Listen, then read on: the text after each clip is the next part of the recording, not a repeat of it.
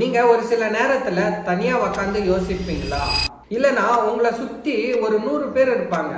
அந்த 100 பேரில் யாருமே ஒரு விஷயத்த நோட்டீஸ் பண்ணியிருக்க மாட்டாங்க. அந்த விஷயத்த நீங்கள் நோட்டீஸ் பண்ணுற ஆளாக இருக்கீங்களா? இல்லைனா உங்கள் மைண்ட் எப்பவுமே ஏதாவது யோசிச்சுட்டே இருக்குமா?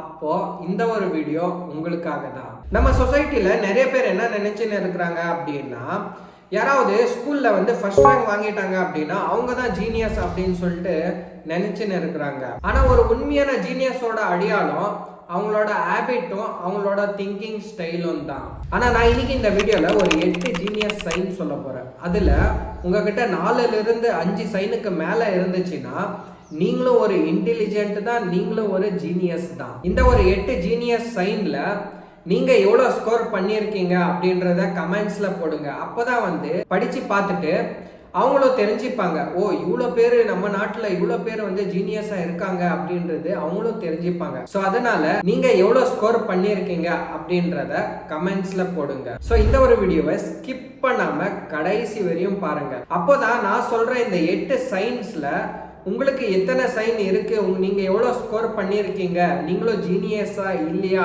அப்படின்றத தெரிஞ்சுக்க முடியும். Sign number 1, curiosity never stop.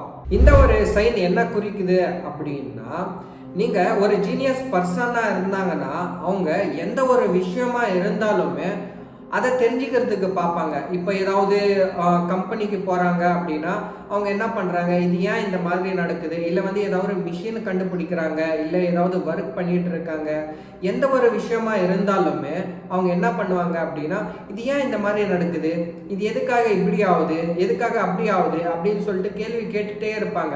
இவங்க கேள்வி கேட்குறாங்க அப்படின்னா சும்மாலாம் கேள்வி கேட்க மாட்டாங்க.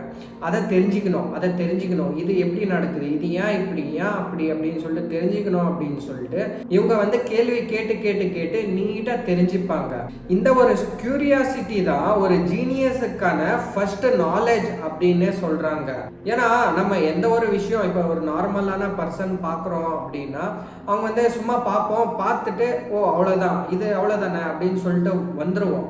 பட் ஆனால் அவங்கெல்லாம் அந்த மாதிரி இருக்க மாட்டாங்க. எதுவாக இருந்தாலும் அந்த கியூரியாசிட்டியா தெரிஞ்சுக்கணும் அப்படின்றத ஆசைப்படுவாங்க. Point number 2, they love learn. இந்த ஒரு பாயிண்ட் என்ன கற்றுக் கொடுக்குது அப்படின்னா, ஒரு ஜீனியஸ் பர்சனாக இருந்தாங்கனாக்கா, இப்போ ஒரு ஜீனியஸ் பர்சன் ஸ்கூலுக்கு போயிட்டு வர்றாங்க அப்படின்னா அவங்க ஸ்கூலுக்கு போயிட்டு வந்தோடனே ஏதாவது ஒரு கேம் ஆடுறதுக்கு போகிறதோ, இல்லை போய் விளையாடலாம், இல்லை டிவி பார்க்கலாம், இந்த மாதிரியான விஷயத்தை விட்டுட்டு எப்பவுமே ஏதாவது கற்றுக்கணும் அப்படின்னு சொல்லிட்டு ஒரு கியூரியாசிட்டியாக இருப்பாங்க. இப்போ முடிச்சுட்டு வந்தாங்களா, முடிச்சுட்டு நம்ம நெக்ஸ்ட் என்ன கற்றுக்கலாம், அது இப்போ நாளைக்கு எக்ஸாம் இருக்கா, அது எப்படி ஸ்மார்ட் ஒர்க் பண்ணி படிக்கிறது, இல்லை ஏதாவது புதுசாக ஏதாவது விஷயம் கற்றுக்க. இப்போ ஸ்கூல் படிக்கிறாங்கன்னா அது மட்டும் கற்றுக்க மாட்டாங்க. இதை விட்டு வெளியே என்னென்ன இருக்குது, இப்போ ஏதாவது கண்டுபிடிக்கிறதா இருக்கட்டும், எந்த ஒரு விஷயமா இருந்தாலும் அவங்க கற்றுக்க ஆசைப்படுவாங்க. இந்த மாதிரி கற்றுக்கிறது ஒரு சில பேர் படிக்கணும் அப்படின்னா ஒரு பர்டனாக எடுத்துப்பாங்க. இல்லை ஏதாவது புதுசாக கற்றுக்கணும் அப்படின்னு சொன்னாலுமே யார் அதை கற்றுப்பாங்க, விடு அதெல்லாம் யார் பண்ணுறது, அந்த மாதிரி இருப்பாங்க. ஸோ ஜீனியஸ் பர்சன் அந்த மாதிரி இருக்க மாட்டாங்க. எந்த ஒரு விஷயமா இருந்தாலுமே அவங்க அது கிளியராக கற்றுக்கணும், டீட்டெயிலாக கற்றுக்கணும் அப்படின்னு சொல்லிட்டு, இப்போ இது கற்றுக்கினாச்சா நெக்ஸ்ட் என்ன கற்றுக்கணும், நெக்ஸ்ட் என்ன பண்ணுறது, நெக்ஸ்ட் வாட் நெக்ஸ்ட் அப்படின்னு சொல்லிட்டு வேறு விஷயம் ஒரு மல்டிப்பல்லாக ஒரே டைமில் மல்டிப்பல்லாக வேறு விஷயம். இன்றைக்கி ஒரு விஷயம் கற்றுக்கினாங்கன்னா நாளைக்கு இன்னொரு விஷயம், நாளைக்கு இன்னொரு விஷயம், இந்த மாதிரி ஒன்று கற்றுக்கின்னு அவங்களோட ஸ்கில்ஸை இம்ப்ரூவ் பண்ணிப்பாங்க. 3வது, தே அப்சர்வ் ஸ்மால் டீடைல்ஸ். இந்த அப்சர்வேஷன் பவர்னா என்னன்னா, மற்றவங்க ஒரு விஷயத்தை அதை நோட்டீஸ் பண்ணியிருக்க மாட்டாங்க. ஒரு சின்ன விஷயமா இருந்தாலும் இவங்க நோட்டீஸ் பண்ணி சொல்லுவாங்க. ஃபார் எக்ஸாம்பிள் என்னன்னா, இப்போ ஒரு 50 பேர் கம்பெனியில் ஒர்க் பண்ணிட்டு இருப்பாங்க. ஒர்க் பண்ணும்போது ஒரு கிளாக்கு ஒர்க் ஆகாது, நார்மலாக ஒர்க் ஆகிட்டு தான் இருக்கும். பட் அன்னைக்கு ஷெல் காலியாக இருக்கும், இல்லை ஏதாவது ப்ராப்ளம் இருக்கலாம். அந்த டைமில் இது ஏன் நேற்று இந்த கிளாக் ரன்னிங்கில் தான் இருந்தது, ஆனால் இன்னைக்கு ரன்னிங் இல்லையே. ஸோ இந்த மாதிரியான அப்சர்வேஷன். இல்லைனா நம்ம ஃப்ரெண்ட்ஸ் யாராச்சும் ஒருத்தர் நார்மலாக நல்லா ஜோக் பண்ணிவிட்டு ஃபன் பண்ணிவிட்டு டெய்லி இந்த மாதிரி தான் இருப்பாங்க, ஆனால் அன்றைக்கி கொஞ்சம் டல்லாக இருப்பாங்க.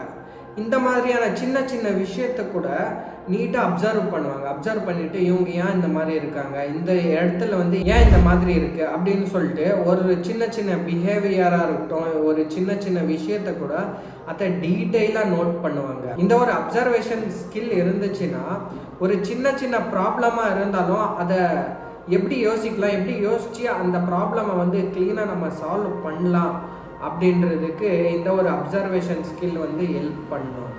Point number 4, they enjoy being alone sometimes. இந்த ஜீனியஸ் பீப்புள்ஸ் வந்துட்டு இப்போ நிறைய பேர் இருக்காங்க, ஃப்ரெண்ட்ஸாக இருக்கட்டும், ஃபேமிலிஸாக இருக்கட்டும், இவங்க நிறைய பேர் கூட மட்டும் டைம் ஸ்பெண்ட் பண்ண மாட்டாங்க. இவங்க வந்து தனியாக கூட டைம் ஸ்பெண்ட் பண்ணுவாங்க. பட் ஆனால் தனியாக டைம் ஸ்பெண்ட் பண்ணுவாங்கல்ல, அது வந்து லோன்லினஸ் கிடையாது.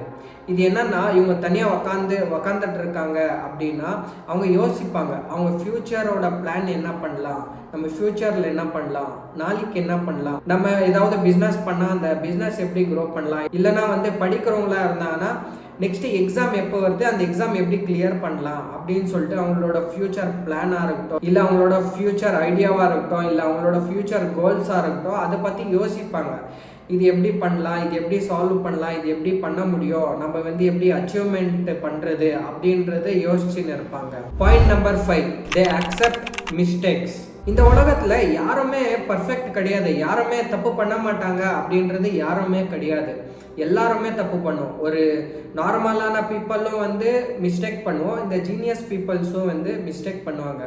ஆனால் இந்த ஜீனியஸ் பீப்புள் கிட்ட இருக்கிற ஒரு நல்ல விஷயம் என்னன்னா, இவங்க எந்த ஒரு தப்பு பண்ணாலுமே அது வந்து இல்லை நான் தான் பண்ணேன் அப்படின்னு சொல்லிட்டு அக்செப்ட் பண்ணிப்பாங்க. அந்த ஒரு மனசு இவங்க கிட்ட இருக்கு. எந்த ஒரு தப்புனா பண்ணிட்டோம் அவங்க வந்து அதை இல்லை நான் தான் பண்ணேன் அப்படின்னு சொல்லிட்டு அதை அக்செப்ட் பண்ணிப்பாங்க. அதுக்கப்புறமா இப்போ ஒரு மிஸ்டேக் பண்ணியிருக்காங்க அப்படின்னா அந்த மிஸ்டேக்கை திரும்ப நம்ம எப்படி பண்ணாமல் இருக்கலாம் அப்படின்னு சொல்லிட்டு அதை யோசிச்சு அந்த மிஸ்டேக் பண்ணாமல் இருப்பாங்க. ஒரு ஃபெயில்யூர் ஆகுது அப்படின்னா அந்த ஃபெயில்யூரை ஒரு லெசனாக பார்ப்பாங்க. அந்த லெசனாக பார்க்கறது தான் இவங்க குரோத்துக்கு ஒரு முக்கியமான விஷயம் அப்படின்னு சொல்கிறாங்க. Point number 6, they think before speaking. இந்த ஒரு விஷயம் என்ன சொல்லுது அப்படின்னா, உங்கள் ஃப்ரெண்ட்ஸ் யாராவது வந்து மச்சான் இந்த ஃப்ரெண்டு வந்து இந்த மாதிரி தப்பாக ஏதாவது பண்ணிட்டான்டா, இல்லை வந்து ஃபேமிலியில் இருக்கட்டும் ஃப்ரெண்ட்ஸாக இருக்கட்டும் ஏதாவது தப்பாக பொருளை கலப்புவாங்கல்ல, அந்த மாதிரி பொருளை கலப்புனாங்கன்னாங்க இவங்க என்ன பண்ணுவாங்க அப்படின்னா அதை யோசிப்பாங்க, இது வந்து தப்பாக இருக்குமா இல்லை வந்து கரெக்டாக இருக்குமா அப்படின்னு சொல்லிட்டு முதல்ல ஃபேக்ட் செக் பண்ணுவாங்க. முதல்ல நம்ப மாட்டாங்க. நார்மல் பர்சனாக இருந்தால் உடனே ஆமாவா அப்படியா அப்படின்னு சொல்லிட்டு நம்பிட்டு அவன் அப்படி தான்டா அப்படின்னு சொல்லிட்டு சொல்லிடுவாங்க. பட் ஒரு ஜீனியஸ் பர்சனாக இருந்தாங்கன்னா அதை வந்து ஃபேக்ட் செக் பண்ணுவாங்க. இவன் சொல்கிறது உண்மையா இல்லை கரெக்டா தப்பா இதை யோசிப்பாங்க. யோசிச்சுட்டு ஒரு சைடில் நடக்கிற விஷயத்த மட்டும் வச்சுக்கின்னு இவங்க அதை நம்ப மாட்டாங்க. ரெண்டு சைட்லையும் டிசைட் பண்ணுவாங்க, இது வந்து கரெக்டா இல்லையா அப்படின்னு சொல்லிட்டு ஃபேக்ட் செக் பண்ணுவாங்க. அது உண்மையாக இருந்தால் மட்டும்தான் நம்புவாங்க. நம்பிட்டு ஆமாம் இந்த மாதிரி நடந்திருக்கு செய்யுது அப்படின்னு சொல்லிட்டு அதை பற்றி டிஸ்கஸ் பண்ணுவாங்க. அதுக்கப்புறமா இவங்க கிட்ட வந்து யாராச்சும் உடனே கோவப்படுறாங்க அப்படின்னா ஒரு சில பேர் என்ன பண்ணுவாங்கன்னா கோவப்பட்டா டக்குன்னு கோவப்பட்டு பேசிடுவாங்க, என்ன நீ அப்படி பண்ணியிருக்க இப்படி பண்ணியிருக்கேன்னு. ஆனால் வந்து இவங்க கோவப்பட மாட்டாங்க. எந்த ஒரு விஷயமா இருந்தாலும் ஆப்போசிட் பர்சன் என்ன தான் கோவப்பட்டாலும் கொஞ்சம் காமாக பொறுமையாக இருப்பாங்க. பொறுமையாக இருந்து அதை காமாக ஹேண்டில் பண்ணுவாங்க.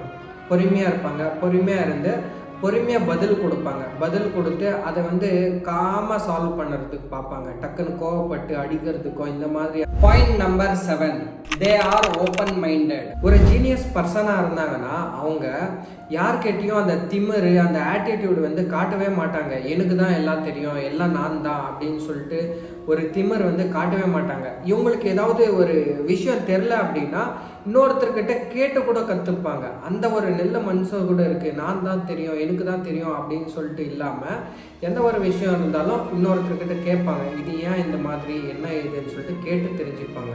இந்த மாதிரி கேட்டு தெரிஞ்சுப்பாங்க. அதுக்கப்புறம் வந்து புதுசாக ஏதாவது ட்ரை பண்ணலாம் அப்படின்னு சொல்லிட்டு யோசிப்பாங்க. இப்போது ஒரு விஷயத்த நீங்கள் ஒரு வை இருக்கும், இப்படி தான் பண்ணணும் அப்படின்னு சொல்லிட்டு ஒரு வை இருக்கும். ஆனால் இவங்க இல்லை நம்ம இப்படி ஏன் பண்ணணும், கொஞ்சம் புதுசாக பண்ணலாம் அப்படின்னு சொல்லிட்டு கொஞ்சம் புதுசாக ட்ரை பண்ணுவாங்க. புதுசாக ட்ரை பண்ணி அதை வந்து கொஞ்சம் புதுசாக நம்ம வந்து கற்றுப்போம் அப்படின்னு சொல்லிட்டு அந்த மாதிரியான கண்ணோட்டத்துலலாம் பார்த்து கற்றுக்க ட்ரை பண்ணுவாங்க.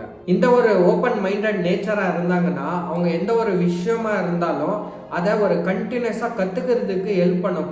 புதுசாக ஏதாவது கற்றுக்கலாம்னு சொல்லிட்டு இந்த ஒரு விஷயத்தை வந்து ஹெல்ப் பண்ணும். Point number 8, they never stop improving. ஒரு ஜீனியஸ் பர்சனுக்கு ஒரு பெரிய குவாலிட்டியே இந்த ஒரு பாயிண்ட் தான். அவங்க வந்து மற்றவங்க மாதிரி நம்ம இன்னைக்கு இவ்வளோ கற்றுக்கணும் அவ்வளோதான், நம்ம வந்து நெக்ஸ்ட் கற்றுக்கிறது வேணாம் அந்த மாதிரி எல்லாம் யோசிக்க மாட்டாங்க. இன்னைக்கு எவ்வளோ கற்றுன்னு இருக்கோம், நாளைக்கு எவ்வளோ கற்றுக்கலாம், நாளைக்கு எவ்வளோ கற்றுக்கலாம் அப்படின்னு சொல்லிட்டு ஒரு நாள் விட ஒரு நாள் கொஞ்சம் கொஞ்சமாக அதிகப்படுத்திட்டே போயிட்டு இருப்பாங்க. அவங்க வந்து கொஞ்சம் கற்றுக்கினே அவ்வளோதான் அப்படின்னு சொல்லிட்டு நிறுத்த மாட்டாங்க. எப்படி பெட்டர் ஆகலாம், நாளைக்கு இன்னும் எப்படி இம்ப்ரூவ் பண்ணலாம். இப்போ ஒரு யூடியூப் சேனல் ஓப்பன் பண்ணுறீங்க அப்படின்னா அந்த யூடியூப் சேனல் இன்னைக்கு ஒரு 100 வியூஸ் வந்திருக்கு அப்படின்னா நாளைக்கு எப்படி 200 வியூஸாக மாற்றுறது, நாளைக்கு எப்படி 300 வியூஸாக மாற்றுறது. இந்த மாதிரி என்ன பண்ணுவாங்க, ஒரு நாளும் அவங்களோட இம்ப்ரூவ்மெண்ட் காட்டி இம்ப்ரூவ் பண்ணிகிட்டே இருப்பாங்க. கற்றுக்கின்னு இம்ப்ரூவ் பண்ணிக்கினே இருப்பாங்க. இவங்க இந்த மாதிரி பண்ணுறாங்கல்ல, ஒரு சின்ன இம்ப்ரூவ்மெண்ட் தான் அவங்களுக்கு வந்து ஒரு பெரிய சக்ஸஸ் ஆகிறதுக்கே ஒரு ஃபவுண்டேஷன் மாதிரி.